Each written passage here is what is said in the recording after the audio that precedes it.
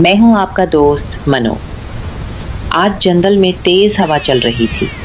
एक छोटा अंधा परिंदा अकेला कांप रहा था। कुछ देर पहले सब कुछ ठीक था, जंगल में खुशी का माहौल था और मैं दाने जमा कर रहा था। लेकिन वो छोटा परिंदा अकेला रह गया था। कोई उसकी मदद नहीं कर रहा था। वो बहुत डरा हुआ था। मैंने जब उसे देखा तो मैं उसकी तरफ बढ़ने लगा। मुझे उसकी फिक्र हो रही थी। अचानक तेज हवा चलने लगी और उसका घोंसला टूटने लगा। वो नीचे गिरने वाला था। मैं फौरन दरख्त पर चढ़ने लगा। मेरा दिल तेजी से धड़क रहा था।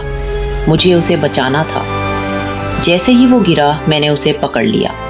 वो अब महफूज था। मैंने पत्तों से नया घोंसला बनाया और उसे आराम से बिठा दिया। वो अब खुश था।